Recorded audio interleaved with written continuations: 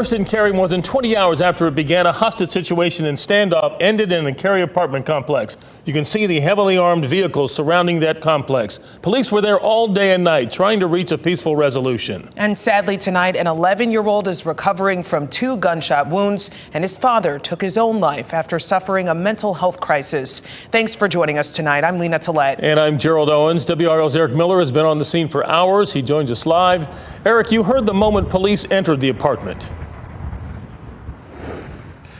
That's right, Gerald. Those loud bangs we heard from right where I'm standing, right around 6:30 this evening. And looking behind me, what a difference a few hours makes. Gone are those armored vehicles, those SWAT team members. Left behind, rattled neighbors, and the aftermath of a mental health crisis. It ended with a bang.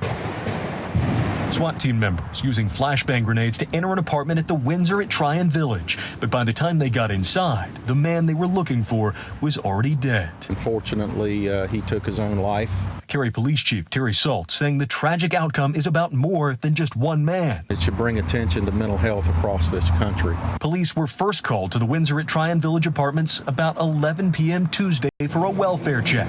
That turned into a hostage situation.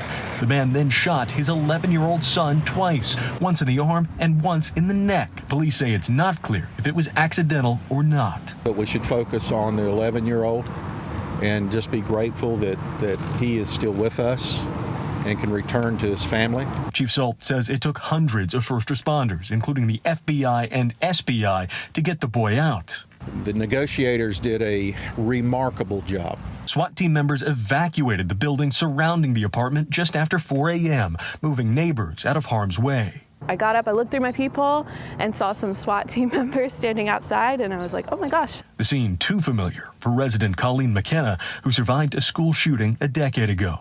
I did have some flashback memories at first in the morning when they came to get me, but you know, you just kind of have to make the best of it and not dwell too much on the negativity of it all. Tonight, Chief Sult says this standoff has to serve as a wake-up call, as too often his officers are becoming the mental health care of last resort.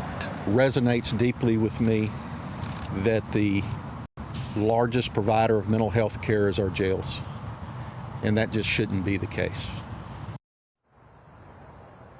Now tonight, those residents who were stuck outside their homes or had to be evacuated, they have been able to go home tonight, go back to their apartments. Police have not released the man's name at this point either, though have said that he was a resident of Cary. As for his son, that 11-year-old boy, we're told he is out of the hospital, doing well, and is back with family tonight. Back to you.